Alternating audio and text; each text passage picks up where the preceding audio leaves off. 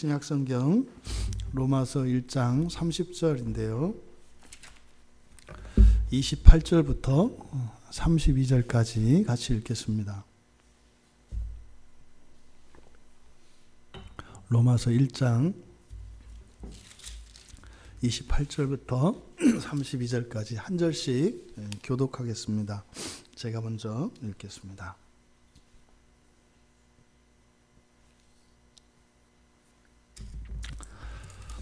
또한 그들이 하나님의 마음에 하나님 두기를 싫어하매 하나님께서 그들을 그 상실한 마음대로 내버려 두사 합당하지 못한 일을 하게 하셨으니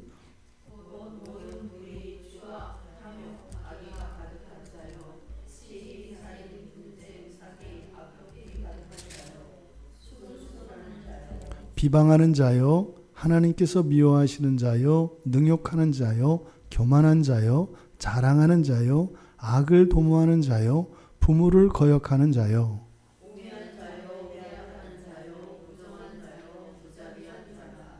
그들이 같이 읽겠습니다. 그들이 이 같은 일을 행하는 자는 사형에 해당한다고 하나님께서 정하심을 알고도 자기들만 행할 뿐 아니라 또한 그런 일을 행하는 자들을 옳다 하느니라. 아멘. 오늘은 30절에 비방하는 자요. 그래서 비방하는 일에 대해서 우리가 함께 말씀을 나누려고 합니다.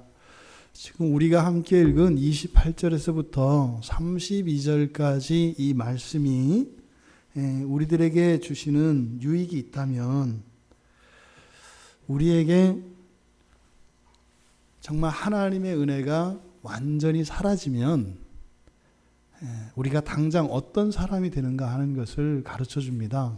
그러니까 우리가 흔히 그냥 죄인이다, 저는 죄인입니다 이렇게 고백합니다만 그것이 얼마나 끔찍하고 악하고 잔악무도한가 하는 것을 사실은 경험하기 어려워요.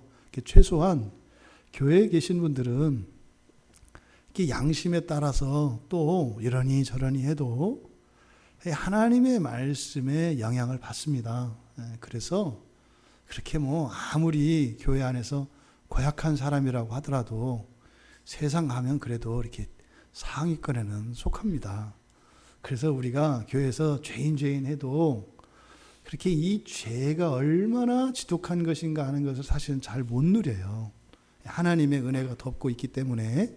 그런데 지금 28절에서부터 쭉 열거하는 이런 악의 항목들은 사도 바울이 단순히 지금 로마 교회 교인들을 정죄하거나 그들의 잘못을 비판하려고 하는 것이 아니라 사실은 하나님의 은혜가 얼마나 큰 것인가, 얼마나 놀라운 것인가를 가르쳐 주려고 하는 것인데 사실은 우리가 항상 무엇을 잃고 나서야 귀한 줄 알지 않습니까? 제가 이 오른쪽 다리가 다시 이렇게 다치고 나니까 두 다리로 그냥 다른 거 의지하지 않고 걷는 게 얼마나 감사한지를 알게 되는 것처럼 지금 여기서 아주 이렇게 듣기 불편할 정도로 이렇게 이런 악의 목록들을 쭉 열거하는 게 사실은 뭐냐면 이게 우리의 민낯이라는 거예요. 여성들이 쌩얼이라고 하나요? 쌩얼 우스갯소리로 신혼여행 갔는데 신랑이 자다가 일어나서 깜짝 놀랐다고 하는 다른 여자 옆에 있는 줄 알고 사실은 우리의 민낯을 지금 여기서 이야기하는 거죠. 그러니까 우리가 정말 하나님의 은혜는 구원하시는 은혜와 억제하시는 은혜가 있다 그랬어요. 이렇게 우리를 부욕해 하시고 존귀케 하시는 은혜가 있고 또 억제하시는 은혜가 있다. 이 억제하시는 은혜는 사실은 예수를 믿지 않는 사람에게도, 그러니까 사람에게 주시는 특별한 은혜가 이 억제하시는 은혜입니다. 억제하시는 은혜. 근데 이 억제하시는 은혜가 딱 떠나면 어떻게 하는 거예요? 범죄자가 되고 이런 거예요. 뉴스에 나오고 사람들을 놀래키고 어떻게 저 사람이 저래? 이런 것들이 원래 인간성이 원래 그랬는데 그동안 이랬던 것이 아니라 하나님께서 이렇게 억제하시던 그 손을 딱 거두시면 그게 나오는 거예요. 그러니까 우리가 단 한순간도 하나님의 은혜가 있지 않으면 온전한 행실로 제정신으로 살아갈 수 없다는 거죠. 지금 사도 바울이 이야기하는 게 그겁니다. 그래서 우리가 지금 살펴보고 있는 이 목록들을 통해서 사실은 우리를 정죄하는 게 아니라 자꾸만 우리는 이게 버릇이 돼 있어서 여기서 이렇게 나쁜 얘기, 죄 지은 얘기 하면은 또 이거 얘기한다. 이렇게 이제 하거든요. 그게 아니라 이거 하는 것을 내가 우리의 행위를 자꾸 여기서 과거의 행위나 현재의 습관 이런 것들을 여러분들이 발견하고 회개하고 이렇게 하려고 하지 마시고 요거를 그대로 아주 이게 완전히 내 모습이다 이렇게 받아들이셔야 돼요. 그런데 이것보다는 좀 낫잖아요. 그럼 그것을 하나님의 은혜인 줄 알아야 된다는 거예요. 사도 바울이 이렇게 막 아주 지독할 정도로 막 불의 추악 아주 콕콕콕콕 찍어서 얘기하거든요. 이게 정죄하는 게 아니라고요. 그럼 사실은 이 목록들은 뭘 얘기하는 거예요?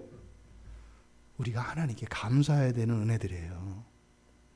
당연하게 너무나 당연한 것으로 여기고 살고 있지만 사실은 이게 얼마나 그냥 평범한 그러니까 보통 정상적인 나로 일상을 살아가는 이 일이 정말 하나님의 창조의 능력으로 그 권능으로 나를 붙들고 계시기 때문에 그냥 내 이름 석자 이야기하고 살아갈 수 있다라고 하는 이 사실을 지금 사도 바울이 이야기하려고 하는 것이다. 오늘 우리가 이제 비방하는 자요 이 이야기를 하려고 하는데 이제 말에 관한 겁니다. 그래서 자꾸 반성하고 이렇게 하려고 하지 마시고 반대로 생각하시길 바라요. 내가 이 정도는 아니구나. 그래서 어떻게 알아? 잘난 척하라는 게 아니라 이게 하나님의 은혜인 거구나. 물론 우리가 아직 덜 된 부분에 대해서 더 거룩해지고 온전해지기를 소원합니다. 은혜를 구해야 합니다. 근데 그 일과 함께 불만족스러운 아무것도 없는 것 같은 현재의 이것에 대한 감사가 항상 있어야 한다는 거예요. 그랬을 때 우리가 온전했을 때, 더 온전해질 때 그것이 정말 하나님의 선하신 뜻 안에서 일어나지.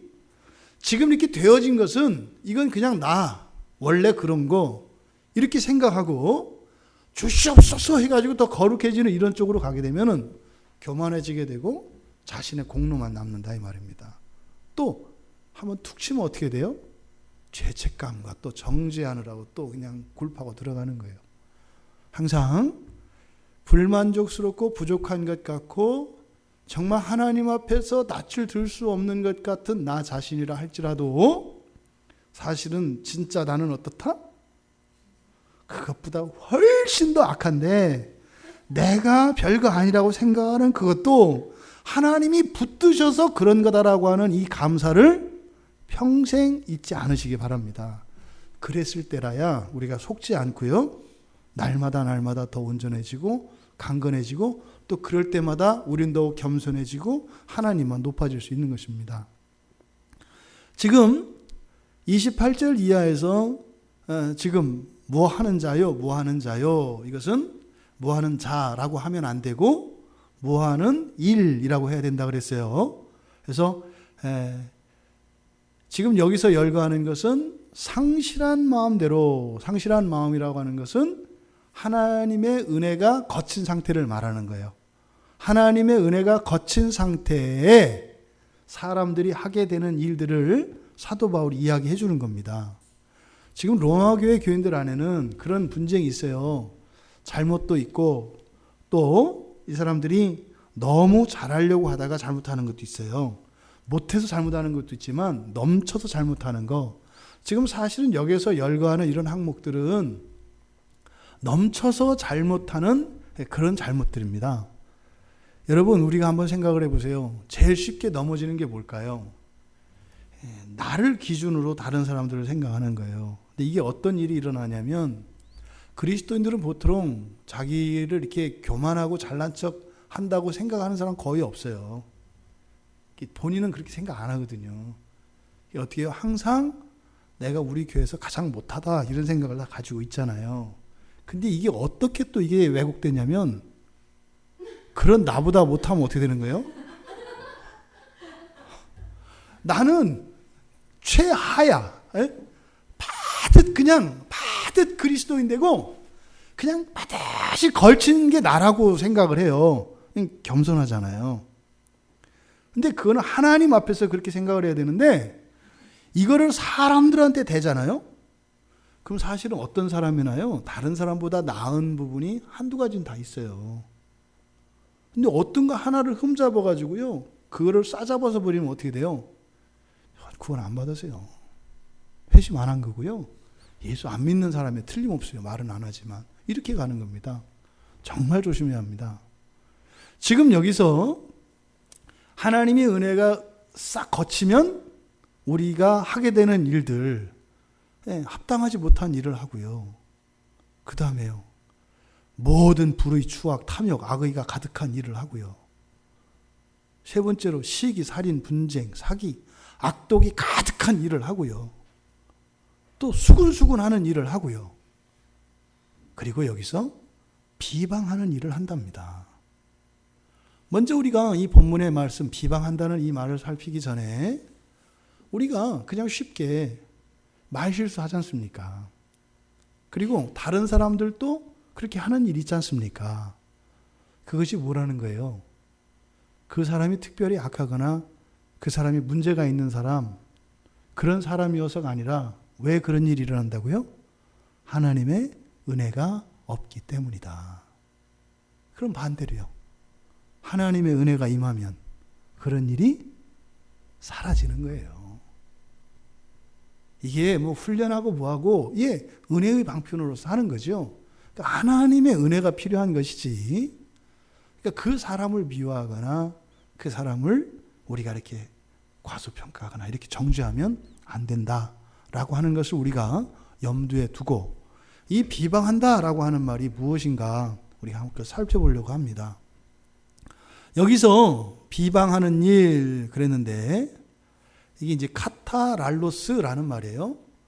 카타라고 하는 뜻은 밑에거든요. 아래로 이런 뜻이에요. 깎아 내리는 거거든요. 말을 하는데 어떻게 해요? 깎아 내려요. 계속 깎아 내리는 것. 이걸 비방이라고 합니다. 그러니까 이 비방한다라고 하는 이 말의 의도는 대상을 헐뜯고 흠잡고 모함하고 이렇게 깎아 내리는 것. 이것이 목적입니다. 그러니까 이것은 대상을 향해서도 그런 일이 일어납니다만 또는 말과 어떤 일들에 대해서도 나타납니다. 여러분 그지 않아요? 누가 하면 굉장히 훌륭한 일이고 누가 하면 그따위 일이 되지 않아요? 이런 것들. 그래서 비방이라고 하는 것은 단순히 말에만 국한되는 것이 아니다. 그래서 여기 이제 형용사를 쓴 겁니다. 그래서 비방하는 일. 그래서 말로만 이야기하지 않아요. 지금 근데 이 악평하는, 비방하는 이라고 하는 이 말이 성경에 딱 한 번 쓰이거든요. 그래서 이 말만 가지고서는 사실은 성경에서 이 말이 의미한 바를 우리가 정확히 이렇게 이야기할 수는 없습니다. 그런데 이 단어의 파생어들, 그래서 동사형으로 5번 쓰고 또 명사형으로도 또 2번 씁니다. 그리고 사도 바울이 이런 하나님의 은혜가 거쳤을 때 사람들이 행하게 되는 그 일들을 거론한 다른 성경의 구절들이 있어요. 그러면 비슷한 말씀을 했던 다른 성경 구절을 통해서 지금 여기서 비방한다라고 하는 이 말이 무슨 의미인지 우리가 좀 더 정확하게 알아볼 수 있습니다. 먼저 악평하는 일이라고 하는, 그래서 악평하다라고 하는 동사형으로 쓴 것이 베드로전서의 2장 12절에 보면 또 그리고 3장 16절 그리고 야고보서 4장 11절 여기에 이렇게 이제 비방하다라고 하는 이 말이 쓰이거든요. 그런데 야고보서 4장 11절에 3번을 씁니다. 그러니까 야고보서 4장 11절이 이 단어를 가장 많이 사용한 본문이에요. 4장 11절에 이렇게 되어 있습니다. 형제들아 서로 비방하지 말라. 형제를 비방하는 자나 형제를 판단하는 자는 곧 율법을 비방하고 율법을 판단하는 것이라. 이렇게 얘기를 해요. 그러니까 지금 야고보도 이 비방한다는 말을 썼는데 야고보는 여기에만 쓰거든요. 근데 지금 여기에 비방한다고 하는 것은 사전적인 의미로 앞서 말씀드린 것처럼 뭐라 그랬어요? 헐뜯고 깎아내리는 거예요. 근데 야고보는 이걸 누구한테 썼어요? 형제들. 그러니까 형제들끼리 이렇게 깎아내릴 때 비방한다는 말을 쓴다고요. 그러니까 이거는 사람의 언어 습관을 말하는 게 아닙니다. 그 사람의 인품 이런 걸 말하는 게 아니에요. 그러니까 이 비방하다라는 말을 통해서 성도들이 항상 똑같은 말을 하고 항상 인격적이고 항상 품위를 유지하는 거 좋습니다. 그게 최선이죠. 근데 어떤 사람들은 가끔 보면 뭐라 그래야 되나요? 그 단어가 생각이 안 나요. 무대뽀로 그냥 하는 것을 정직이라고 생각하는 사람이 있어요. 나는 원래 사회생활 할 때도 이런 사람이라 나는 이중인격자가 아니야. 나는 교회에서도 그냥 그래서 이렇게 이건 정직이 아니에요. 그건 아주 무도하고 미련한 겁니다. 그러니까 그거는 나쁜 일을 악한 일을 똑같이 하는 거 이거를 정직하다고 하지 않아요. 그러니까 이것을 우리 동양에서는 예라고 하죠. 예. 이걸 비례, 무례라고 해요. 예라고 하는 것은 본성이 그렇지 않더라도 그 악한 것들을 누르는 힘, 이것을 예라고 합니다. 예. 이것이 있어야죠. 제가 이 얘기를 하니까 옛날에 제가 집사 때 부끄러운 그 고백을 해야 될 것 같아요. 제가 이랬어요. 제가 집사 때 담배를 폈거든요. 근데 제 딴에는 주일 하루는 절대로 담배를 안 폈어요. 담배를 많이 피는 사람인데 주일 하루만큼 내가 그리스도인이기 때문에 담배를 안 폈어요. 근데 그것까지는 좋아요. 그럴 수 있잖아요. 그렇게 괜찮은 거예요. 일주일 내내 피는 것보다는 신앙 때문에 하루 이렇게 줄일 수 있다면 그 착하고 이쁜 거예요. 근데 거기까지는 좋았는데요. 제가 어떻게 했냐면 옛날에는 담배각을 여기다 놓고 다니는 게 유행했어요. 교회를 가는데 제가 담배를 놓고 가요. 그러면서 제가 뭐라고 하냐면 속으로 그러는 거예요. 집사님들 담배 피면서 담배 빼고 안 피는 척하지. 나 담배 펴. 그런데 주일에는 안 피워. 당신들은 담배 안 놓고 다니지만 이때 집에 가서 필 거지. 뭐 이런 인간이 다 있어요. 이런 거는 정직하거나 솔직한 게 아니라 이거는 말이 안 나오네요. 여러분, 여기서 비방한다는 말을 야고보가 형제들에게 사용을 했어요. 이 말은 무슨 말이에요? 나가서 하더라도 믿음의 형제들에게는 하면 된다, 안 된다? 안 된다는 거예요. 말을 가리라는 거예요. 누구한테? 형제 자매들에게는. 이런 거 잘 알아. 이렇게 요 말씀대로 이런 말 잘 따라하는 게 깡패들이에요. 깡패들이 욕하고 무섭잖아요. 집에 가서는 안 합니다. 그러니까 다 그렇다는 게 아니라 조금 이렇게 좀 뼈대가 있는 깡패들은 집에 가면 안 해요. 집에 가면 되게 잡혀서 사는 깡패들이 많아요. 제 주변은 아니고 제가 아는 이렇게 거기 보면 그래요. 항상 여러분, 우리 교회 성도들의 삶 속에서는 말 조심해야 되는 거예요. 왜요? 성도들이기 때문에. 우리가 이 형제들에게 말을 구별하는 이유는 우리들의 이름이 성도이기 때문에요. 성도라는 것은 사실은 뭐예요? 하나님 자녀라거든요. 그렇게 하면 걔 아버지가 속상해요. 저 세상 바깥은 그 아버지가 마귀라서 상관이 없을지 모르겠는데 이 교회 안에 있는 모든 성도들의 아버지는 누구예요? 내 아버지예요. 누워서 침 뱉기다 이 말이에요. 그래서 이 야고보가 이 비방하다라고 하는 말을 율법과 그리고 형제들에게 써요. 그러니까 이것은 단순히 언어 습관을 고쳐라 라고 하는 목적도 있겠습니다만 그것이 아니라면, 최선이 아니라면 차선이라도 우리가 따라야 하는데 최소한 교회 안에서는 그리고 가정에서는 말을 조심하라는 거예요. 어떤 말? 비방하는 말, 깎아내리는 말을 우리가 혈육들과 믿음의 지체들에게는 이 말을 사용해서는 안 된다라고 이야기를 하는 겁니다. 두 번째로 명사형이 사용된 고린도후서 12장 20절과 베드로전서 2장 1절이 있는데 고린도후서 12장 20절을 보면 지금 우리가 읽은 로마서 29절과 30절 여기하고 비슷합니다. 보면 바로 29절 끝에가 수군수군하는 자요, 그 다음에 30절에 비방하는 자요 이렇게 되어 있잖아요. 근데 고린도후서 12장 20절은 명사형으로 되어 있는데 비방과 수군거림, 그러니까 수군거리는 것과 비방하는 것을 똑같이 쓰고 있다고요. 순서만 바뀌었을 뿐이지요.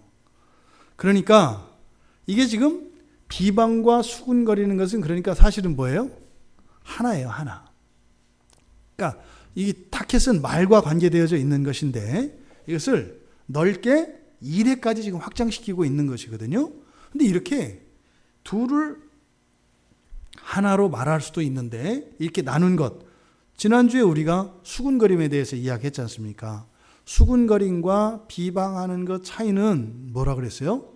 수군거리는 것은 있는 사실을 가지고 말하는 거고 비방은 없는 것까지 거짓으로 사실도 바꾸는 차이라 그랬어요. 이 둘을 나눈다고요. 그러니까 수군거린다는 것은 사실은 뭐예요? 약점이나 이런 것들을 들춰내는 것을 수군거린다고 하고 비방이라고 하는 것은 굉장히 적극적으로 없는 것까지 만들어서 하는 것을 비방이라고 한다. 목적은 같아요. 그런데 그 하는 내용이 다르죠. 지금 이 비방이라고 하는 이 말, 이게 이제 베드로전서 2장 1절에 가면 거기서는 정확하게 말이라고 합니다. 모든 기만과 외식과 시기와 모든 비방하는 말을 버리고, 그러니까 베드로는 말로 이야기를 해요. 근데 이 말을 그러니까 사도 바울은 어떻게 하는 거예요? 좀 더 자세하게 세분해서 이야기하고 또 이것을 어떻게 돼요? 말뿐만 아니라 일로까지 확장시키고 있다고요. 그러니까 이 비방한다고 하는 이것이 사도 바울이 생각하기에는 굉장히 파괴력이 큰 거예요. 비방하는 것이. 이게 사도 바울이 가지고 있는 이 비방한다라고 하는 이 말에 대한 무게감은 굉장히 큰 겁니다. 그러니까 우리가 성경에서 우리가 알 수 있어요. 그러니까 이 비방하는 일이라고 하는 것은 앞서 말씀드린 것처럼 어떤 대상뿐만 아니라 사건, 이런저런 일들, 이런 것까지 다 포함을 시키는 것이다. 그런데 특별히 이것은요, 교회 공동체 안에서 행하는 것을 특별히 사도 바울은 초점을 맞추고 있다라는 거예요. 우리 한번 생각을 해보세요. 우리가 말론 다 알지 않습니까? 지체들을 나보다 더 훌륭한 사람으로 여기고 늘 내가 지체들보다 못한 사람으로 여기는 것이 교회 공동체입니다. 세상 공동체는요, 내가 남보다 조금 더 훌륭하다고 여기는 것이 세상 공동체입니다. 그런 공동체의 특성이 그렇다는 게 아니라 그렇게 안 하면 살아남지 못해요. 세상에서는 제가 못해요. 그럼 넌 그만둬 이러거든요. 더 잘하는 사람을 세우니까 말이죠. 근데 교회에서는요, 어떤 거예요? 더 잘한다 그러면은 교회에서는 사실은 힘들어져야 되는 거예요. 그러니까 오히려 어떻게 돼요? 더 겸손해지고 다른 이들 높여주고, 이것이 사실은 교회 공동체의 생명의 원리인 거죠.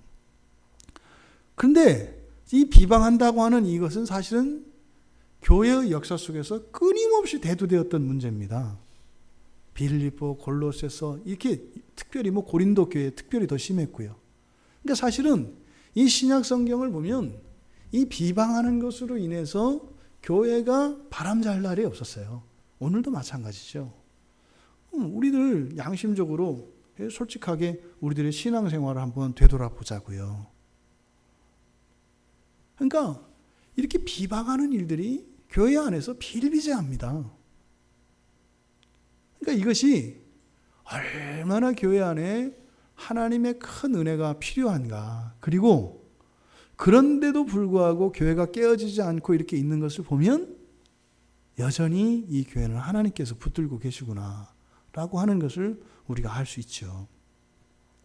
그런데 이 비방한다라고 하는 이 카타랄로스라고 하는 이 말과 거의 동의어로 쓰이는 성경에 동의어로 쓰이는 말들이 있습니다.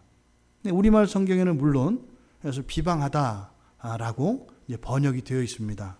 그 가운데에서 세 가지만 우리가 좀 살펴보려고 합니다. 보통 우리가 신성모독이라고 하는 단어가 있어요. 그렇죠? 블라스페메오, 이제 블라스페미 명사형으로는 신성모독이라는 말이 있어요. 신성모독. 성령 회방, 우리가 많이 알고 있는 그 탈도 많고 오해도 많은 성령 회방, 용서받을 수 없는 죄. 이 성령 회방, 신성모독이라고 하는 이 단어가 같은 개념어입니다. 비슷한 말이에요. 그래서 성경에서 이거를 비방하다라고 이렇게 되어 있습니다. 골로새서 3장 8절에 이제는 너희가 이 모든 것을 벗어버리라.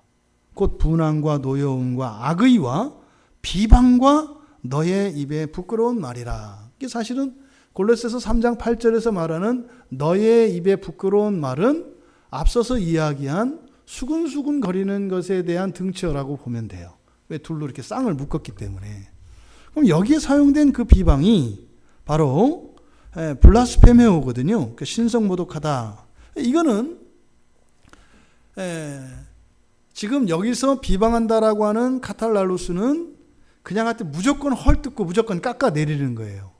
근데 신성모독하다라고 하는 이 단어는 좋은 점을 깎아내리는 거예요. 특히 명예나 평판을 깎아내리는 걸 말합니다. 그러니까 명예와 평판을 깎아내리는 일에 사용하는 이렇게 말이 또 따로 있어요. 이것도 비방하다라고 하는 말입니다. 그러니까요, 이 비방이라고 하는 단어의 특성은 아까 수근수근 거리는 것과 특징이 뭐라 그랬어요? 거짓과 날조라 그랬죠? 그러니까 이것도 마찬가지예요. 이것도 거짓으로 사실을 왜곡하고 날조해서 그런 명예와 평판을 깎아내리는 일, 이런 일들이 많이 일어납니다. 이게 사실은 이 세상에서 일어나죠. 목회자들한테 이런 일 많이 일어납니다. 목회자들한테. 그래서 이게 막 사실이 왜곡돼 가지고 일어나는 일들이 의외로 많습니다. 여러분 제가 간증 말씀드렸었죠? 예전에 어느 목사님 한 분이 교회 집사님 사이에서 아이를 낳았다고 그래가지고 교회 쫓겨나고 목사 면직돼가지고 이제 강원도에 가가지고 그 아이 키우고 한 20몇 년을 키웠는데 나중에 그 집사가 양심선언해가지고 목사님 제가 죽일 년입니다 하고, 사실은 다른 사람 사이에서 일어났던 일인데 그렇게 하게 되면 이제 가정 2개가 깨지니까 그냥 목사님한테 그걸 뒤집어 씌우면 2 가정은 안전해지니까. 그리고 교회 떠났죠. 이 사람이 한 30년 지나서 회개했거든요. 그런데 사실은 생각해 보세요. 그 목사님 가정은요, 풍지박산 났거든요. 사모님이며 그 딸들이 있었는데 어떻게 살았겠어요, 평생을.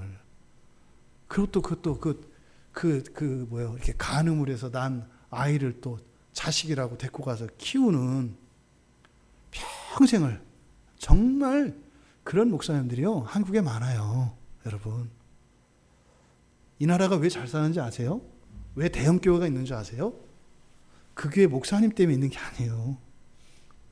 이런 목사님들 때문에 이렇게 정말 오직 하나님이 내 마음을 아신다고 하는 그것을 품고 인내하며 사람들의 오해와 누명을 쓰고도 견디는 이런 성도들이 많아요. 제가 한국 목사라서가 아니라 단언컨대요, 전 세계에서 가장 경건하고 거룩한 성도들 한국에 다 있습니다. 한국이 다 있어요, 여러분. 물론 우리가 좀 인격이 좀 다듬어지지 않아서 좀 거친 건 있어. 하지만 그거는 이렇게 이제 그 시민 의식 탓이고, 신앙에 있어서는요 정말 순수하고 순결한 그런 신앙을 붙들고 있는 게 한국이에요. 이 얘기하는 것은 여러분들을 축혀 세우려고 하는 게 아니라 여러분 사명이 크다고 말씀드리는 거예요. 여러분들이 여러분 인생 하나만 붙들고 우리 교회, 여러분 가정, 한국교회 아니요. 실상은요, 우리 한국교회 성도들이 정말 이 지구촌에 있는 모든 교회들을 붙들고요, 지구촌을 다 붙들고 있다 해도 과언이 아니에요. 이거는 자화자찬은 안 하는 거 아니고 팩트입니다. 팩트. 정말로 여러분. 혹시라도 여러분들이 이런저런 뭐 교회에 대한 이렇게 뭐 이런 이야기들 때문에 있죠. 악한 사람도 있고 잘못 주는 사람이 있죠. 거기에다가 교회는, 기독교는 이런 말에 속지 마세요. 역사 속에 교회는요 늘 염소들이 있었습니다. 아시죠? 화로차에서 물고기들이 살아남는 이유, 살아남게 하는 비결이 뭐라고요? 그 잡아먹는 걸 넣어가지고 애들이 죽을 정신 없게 살려고 정신도 못 차리고 살기 위해서 막 그냥 정신없이 돌아다니다가 이렇게 차려보니까 수족관에 와 있어서 하다가 이렇게 횟감으로 가게 하는 이런 염소들은 성도들의 생명력과 이 세상에 안주하지 못하도록 하기 위해서 있는 거예요. 그래서 무슨 교회나 이런 데서 무슨 사건, 사고 뻥 터지면 어떻게 하는 거예요? 이러는 게 아니라 내가 더 힘내야지 이렇게 가야 되는 거예요. 자랑할 건 아니지만 이게 절대 그러한 소수에 일어나는 그런 것을 일반화하지 마라. 일반화하지 마라. 지금 여기서 얘기하는 이 신성모독하다, 이 블라스페메오라고 하는 이 말도 바로 이렇게 거짓으로 사실을 왜곡하는 것인데 명예 그리고 평판을 깎아내리는 겁니다. 여러분 이거는 적극적인 것만 이야기하지 않습니다. 만약에 여러분들이 누군가가 다른 사람에 대해서 험담을 할 때 그것이 사실이 아니라는 걸 알고 있어요. 가만히 있어도 똑같은 겁니다. 싸우라는 게 아니에요. 한마디만 하면 돼요. 에이, 그 정도는 아니지. 요거 한마디만 하면 돼요. 뭐 사납게 할 필요 없어요. 그냥, 에이, 그 정도는 아니지. 한번 해볼까요? 시작. 이렇게 얘기해 주시면 돼요. 이렇게 하면은요, 비방하는 일이 잦아듭니다. 누군가가 빛을 발하잖아요. 어둠은 확 사라지는 거예요. 빛이 없으면 어둠이 깊어지는 거예요. 어둠을 밝히는 여러분들 다 되시길 바랍니다. 두 번째로 안티레고라는 말이 있어요. 안티 하면 느낌이 벌써 뭐예요? 안티 하죠. 그래서 이 안티라는 말이 이제 영어가 요 헬라에서 따온 말이에요. 안티. 안티라고 하는 것은 뭐예요? 항상 어긋장 놓는 거죠. 반대하는 거예요, 반대. 레고, 랄레오, 이게 다 말하다라는 뜻이거든요. 그러니까 안티예요, 안티. 안틸레고라고 하는 이 말은 그러니까 비방하는 게 뭐예요? 누구와 항상 반대편에 서는 거예요, 이렇게. 누가 이렇게 했대? 아니야. 이렇게 가는 거. 이거를 이제 안틸레고라고 해요. 누가복음 2장 34절에 보면 예수님, 이제 아기 예수를 시므온이 이제 축복합니다. 그때 시므온이 이렇게 얘기해요. 시므온이 그들에게 축복하고 그의 어머니 마리아에게 말하여 이르되, 보라, 이는 이스라엘 중 많은 사람을 패하거나 흥하게 하며 비방을 받는 표적이 되기 위하여 세움을 받았다. 뭐라고요? 어떤 표적이요? 비방을 받는 표적이래요. 근데 웃기잖아요. 세우기도 하고 흥하기도 한대요. 그런데 받는 거는 비방을 받아요. 참 희한하죠. 살리기도 살릴 거다 이 말이에요. 근데 살려서 뭐예요? 비방을 받아요.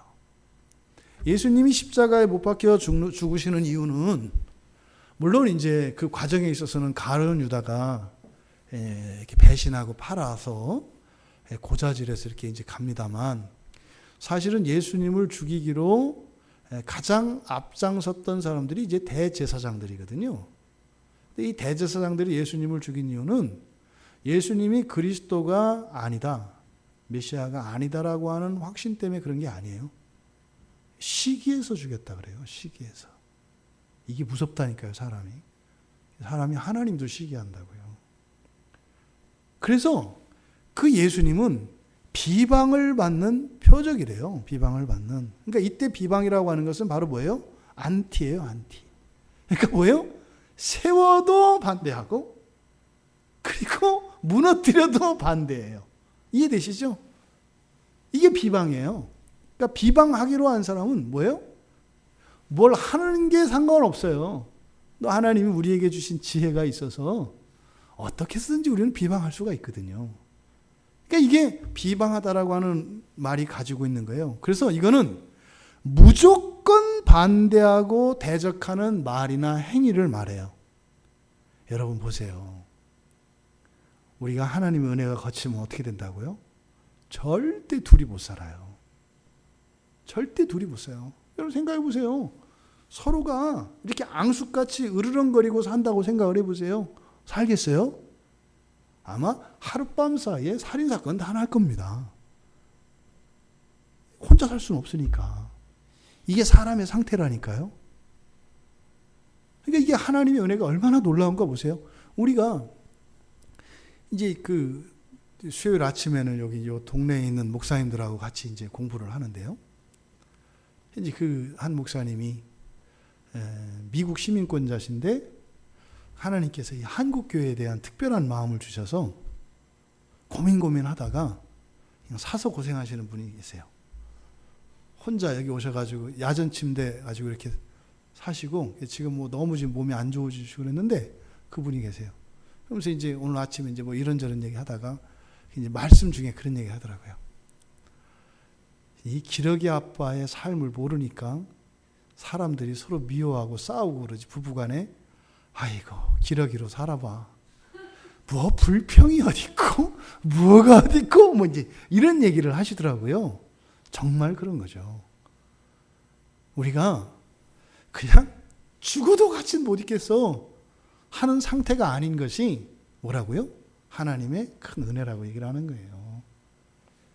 사람들이 그런 얘기 많이 합니다. 제일 어려운 게 사람이라고. 이제 뭐 우리 이제 현규도 이제 뭐 영장 받아서 이제 내일 모레 군대 간다는데 옛날에는 군대의 어려움에 반은 내무 생활이라고 그랬어요. 근데 그건 옛말이에요. 요새는 안 그래요. 요새는 없어요. 뭐 군대에서 서로 존댓말 한다니까. 오 김이병님, 김상병님 뭐 이렇게 하면서 이거 하셨어요? 그냥 불쾌하지 않으시겠어요? 그냥 이거 하시면 어떨까 막 이런데요. 참 전쟁에 한번 나왔으면 좋겠어. 그러면. 돌격 한번 하시래요. 잠깐 엄마한테 전화해보고요. 막 이럴 것 같아요. 이게 근데 사실은 옛날에 내무 생활하면 그게 힘들었어요. 왜냐하면 여기서 안틸레고 하는 사람이 있어요. 항상 그러니까 주는 거 없이 미운 사람이 있고 이유도 없이 미움 받는 사람이 있어요. 그러면요 내음만 들어가는 게 생지옥이거든요.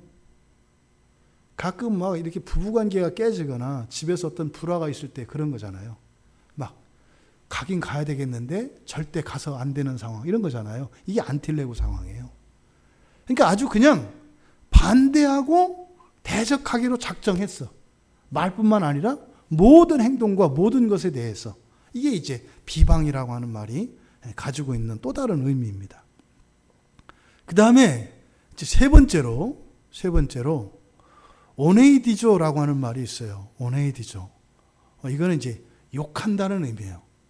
욕한다. 그러니까 욕하는 것은 앞에서 이야기했던 것처럼 깎아내리는 거잖아요.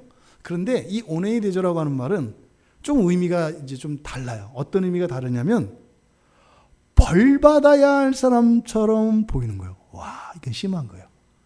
그냥 깎아내리는 정도가 아니라 어떻게 된다고요? 감옥에 쳐 넣어야 될 정도로 나쁜 사람으로 만드는 거.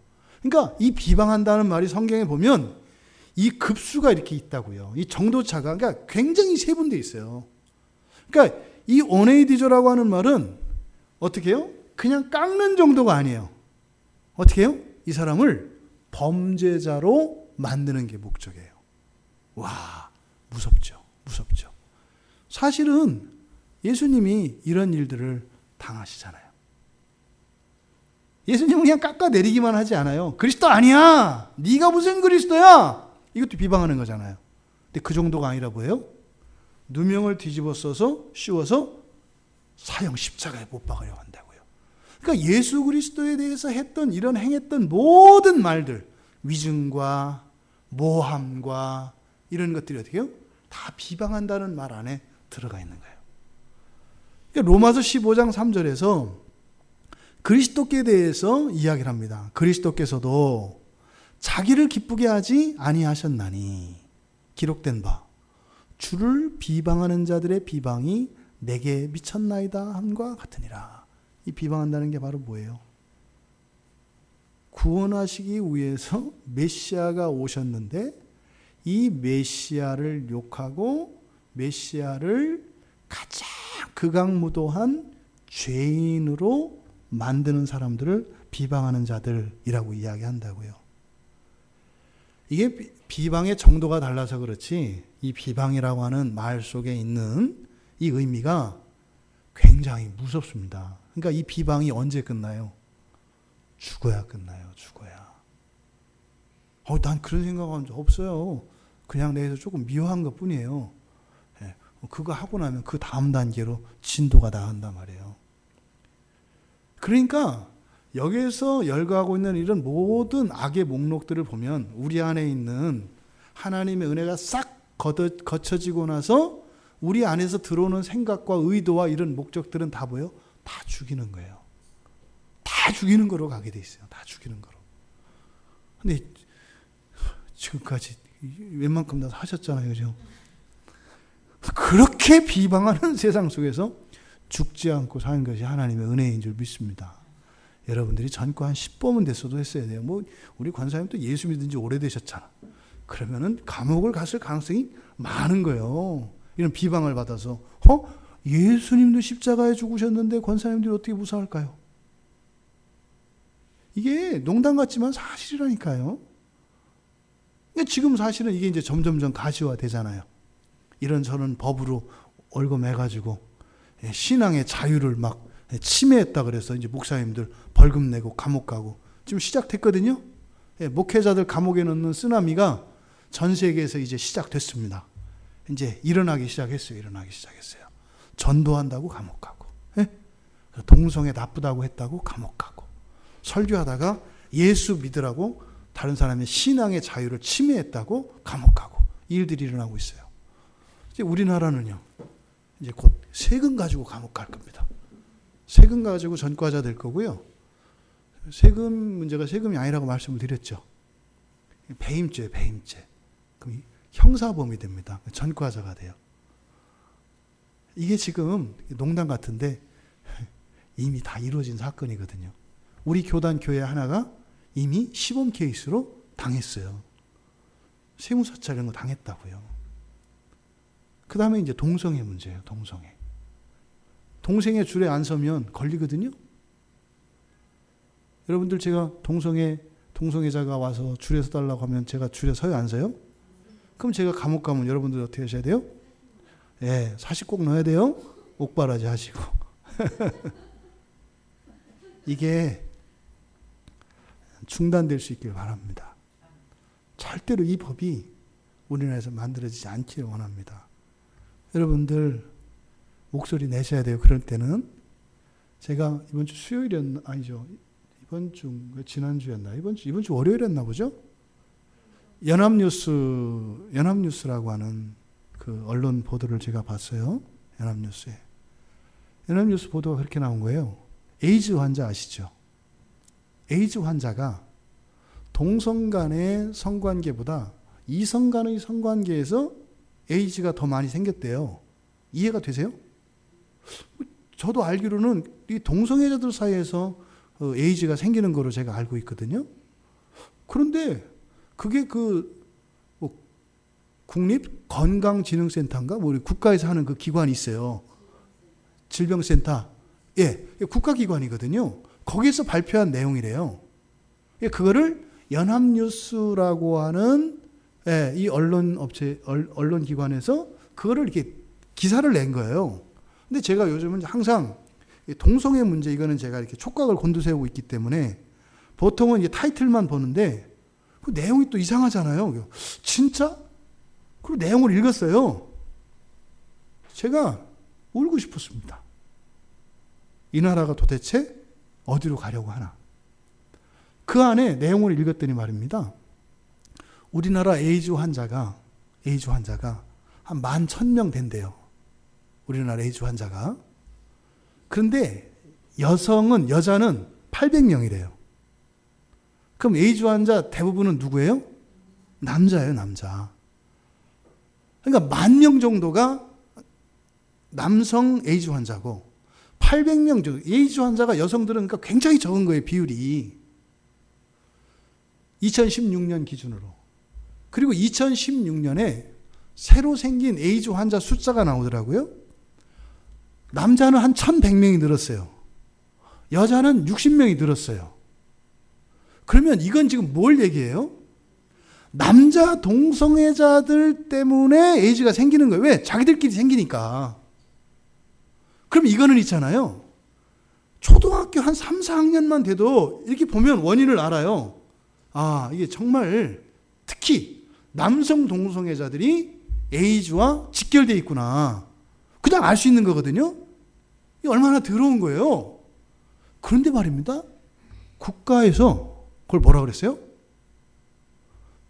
동성애자 문제가 아니라 남성, 여성 사이에 성관계에서 일어난대요.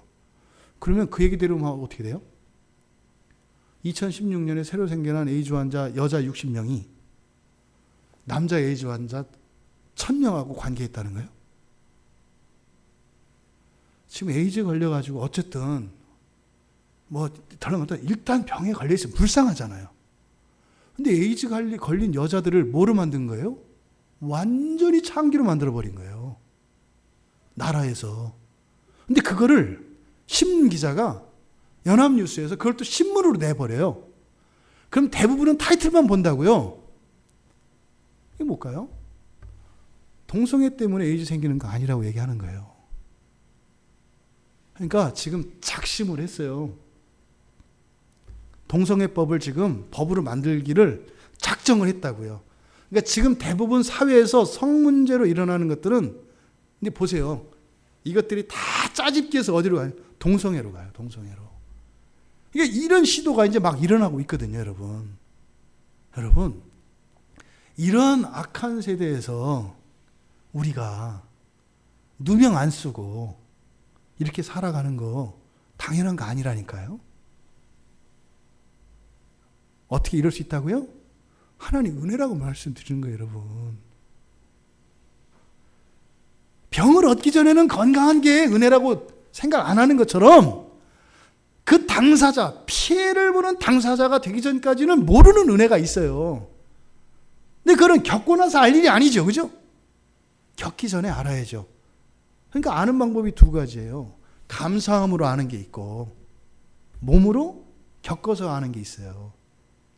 몸으로 겪어서 아는 것이 아니라 이런 일들은 감사함으로 아시는 여러분들 되시기 바랍니다. 이 그리스도인들을 비방하는 그리고 이 세상의 정신이 얼마나 악한 것인가 하는 것을 하나님의 은혜를 깨달을 수 있는 선한 도구로 쓰임받을 수 있게 되길 바랍니다. 근데 말입니다, 여러분. 여기서 이 비방하는 것, 이것은 사실은 굉장히 중요하게 다루는 주제인데 십계명에서도 9번째 계명과 관련되어 있잖아요. 내 이웃에 대해서 거짓 증거하지 마라.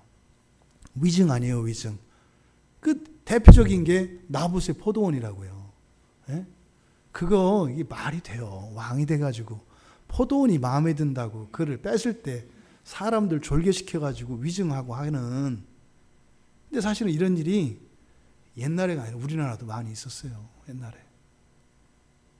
옛날에 저 뭐죠? 나이키. 옛날 나이키. 우리나라 그 25,000원 했던 나이키. 구두보다 비싼 운동화. 그 국제상사였던가요, 맨 처음에? 80만 원에 가져갔어요. 아세요? 80만 원의 그 회사를 다 가져갔어요. 80만 원에. 너 이거 80만 원의 회사 줄래? 아니면 죽을래? 예, 감사하지 뭐. 80만 원에도 받은 게. 예. 그런 일이 많았어요. 우리나라 지금 이 기업의 이렇게 발전사를 보면은요, 옛날에 훌륭한 인재들은 다 죽었어요. 예, 우리나라 이 굴지 재벌들을 긴장시키는 회사는 다 죽어요. 다 죽어요. 예, 제가 아는 이창호 씨라고 제재산업 했던 분이 있거든요. 유명한 분이에요. 그 사람은 법적 보호권까지 박탈당하고 이런 일들이 많았어요. 그러니까 지금 이 비방하는 일들이 사실은요, 사회 속에서는 공공연하게 일어나고 있습니다. 근데 교회 안에서는 하나님께서 어떻게 하신다는 거예요? 덮으신다는 거예요. 근데 그거를 누가 한다는 거예요? 우리 그리스도인들도 할 수 있다는 거예요. 교회 안에서조차. 뭐하면? 하나님의 은혜가 거치면. 그런데 어떻게 하나님의 은혜를 안 구해요? 하나님 은혜를 어떻게 안 구하냐고. 여기 일어난 일들은 하나님의 은혜가 거치면 그냥 자연스럽게 다 하는 거라니까요. 예수님이 재판받을 때 위증 그 거짓 증언하는 사람들 때문에 죽잖아요. 사실은. 예수님이 그랬다는 거잖아요. 마태복음 26장 60절 61절 마가복음에 보면 자세히 나오는데, 마가복음 14장에 56절 58절 보면 예수님이 그랬다고 이제 위증을 해요. 예수가 손으로 성전을 다 부수겠다고 했대요. 손으로 다 부수겠다고 하는 걸 들었대요. 그리고 나서 손을 대지 않고, 그러니까 손을 대지 않은 다른 성전이거든요. 손으로 성전을 다 부수고, 그 다음에 손을 대지 않고 사흘 내에 그걸 싹 짓겠다고 했대요. 그걸 여러 사람이 들었다고 이제 거짓 증언을 한다고요. 그게 이제 예수님의 죄목이거든요. 그러니까 이런 말도 안 되는 비방하는 일들이 역사 속에서 계속 됩니다. 그런데 사실은요, 하나님의 은혜가 있기 때문에 요만하다는 거예요. 그것을 우리가 기억해야 된다. 그러니까 이 본문에서 우리들이 정말 주변에 있는 사람들의 말실수, 나의 말실수 이런 걸 가지고도 많이 힘들어하고, 나도 이제 회개하고 합니다만, 반대로 뒤집어서 그래도 이렇게 정말 극단적으로까지 가지 않는 이런 상황이 여전히 하나님 은혜 안에서 일어나고 있다고 하는, 그래서 이 소망을 잃어버리면 안 된다 이 말이에요. 절망을 하면 어떻게 돼요? 상황을 호전시키는 게 아니라 악화시키게 돼 있습니다. 볼장 다 봤다, 막장이다, 이렇게 가거든요. 소망을 잊지 마시라는 거예요. 여러분, 왜 지금 비방하는 문제를 이렇게 사도 바울이 성경 전체에서 이렇게 중요하게 다룰까요? 사실은 이것은 교회와 관계되어 있습니다. 말씀드렸죠? 비방은 교회 안에서 하는 말을 가리킨다고. 예수님이 마태복음 16장 18절에서 교회가 어떤 곳인가를 이야기해 주셨어요. 그렇죠? 반석 위에 교회를 세워요. 근데 교회는 어떻다고요? 음부의 권세가 이기지 못해요.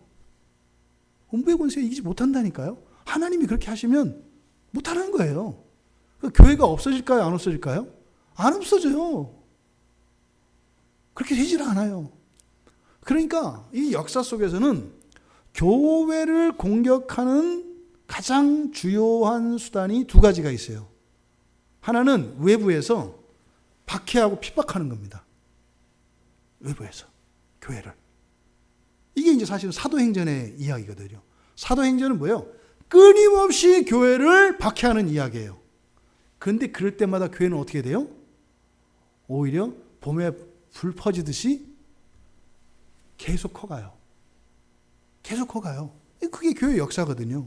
그래서 사도행전 8장에 가면 사울이 이제 막 스데반 죽이고, 그래서 막 교회를 박해하는 일들이 막 나와요.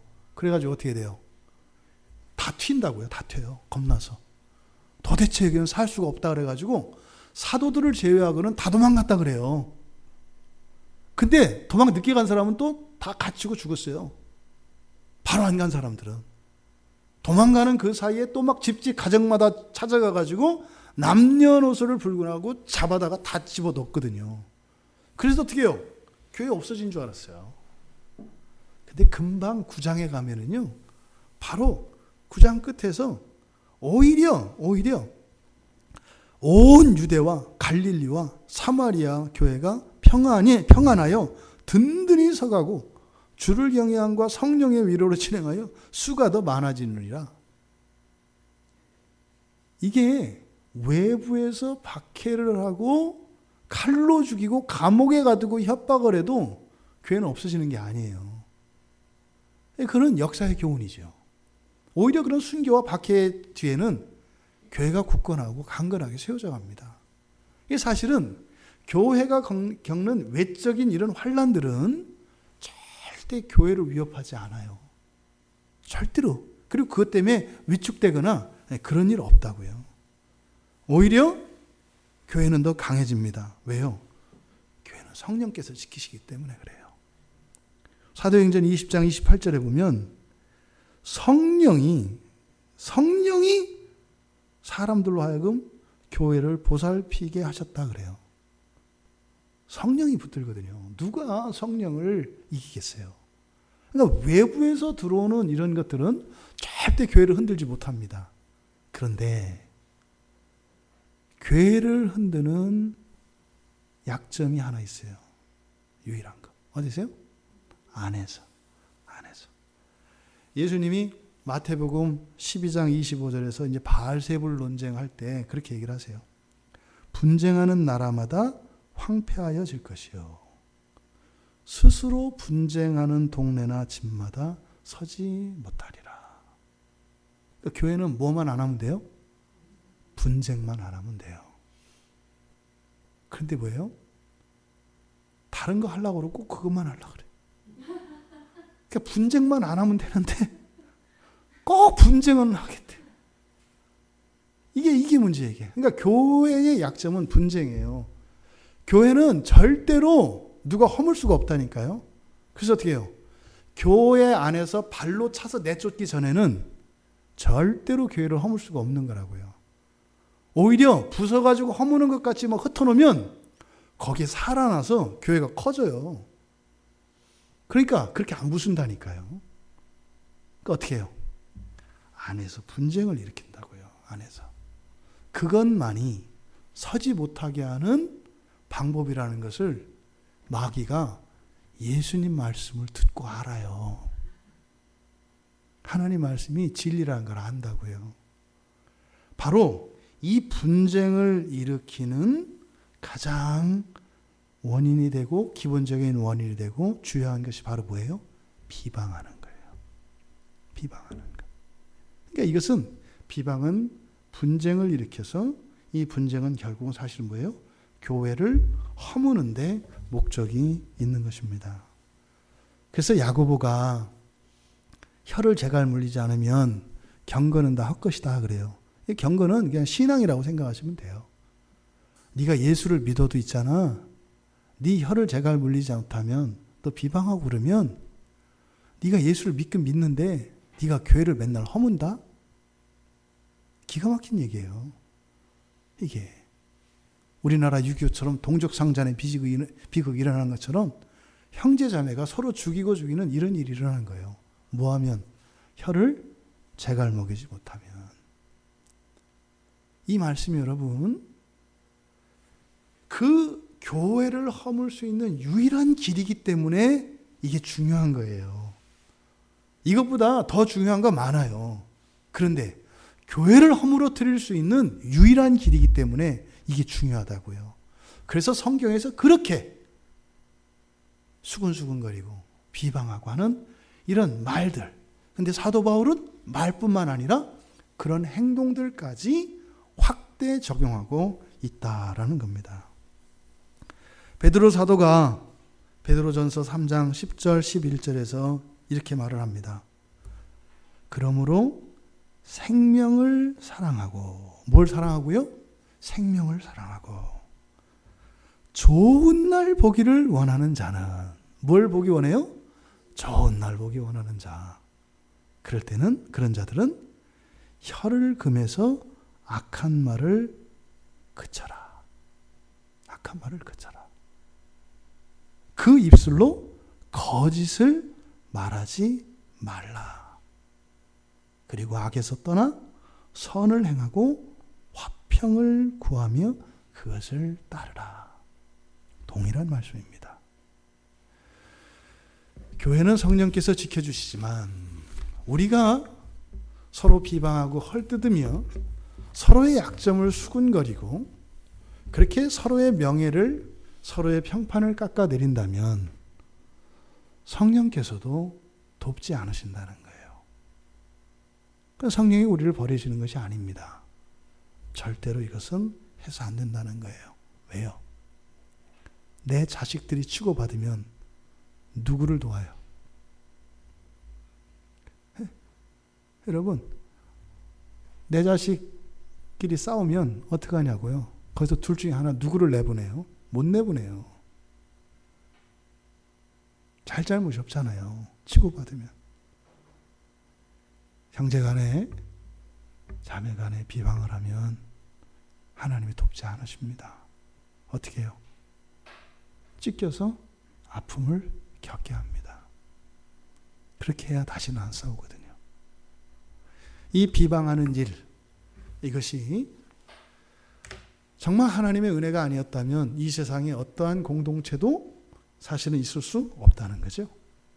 가정이든 어떠한 형식의 모임이든 이 모든 것들은 하나님께서 은혜를 주시기 때문에 우리에게 있는 이 비방하는 이 본성을 하나님께서 누르시기 때문에 예수를 믿는 사람이나 믿지 않는 사람이나 뭐 혈육이나 남이나 그렇게 서로 사랑하고 친분을 유지하며 살아갈 수 있는 것이다.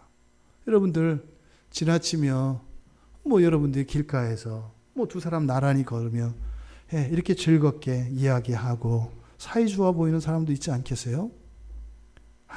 거기서 하나님의 은혜가 걷히면 서로 못 죽여서 안다라는 관계가 될 텐데 이 세상이 어려운 것 같고 불행한 것 같고 참 암울한 것 같은데 그런 이곳 가운데서도 여전히 하나님의 은혜가 역사하고 있구나. 그래서 오히려 어두운 시대에도 감사하며 그 하나님의 은혜를 찬양할 수 있는 우리 모두가 되기를 주님의 이름으로 축원합니다. 우리 말씀을 생각하며 기도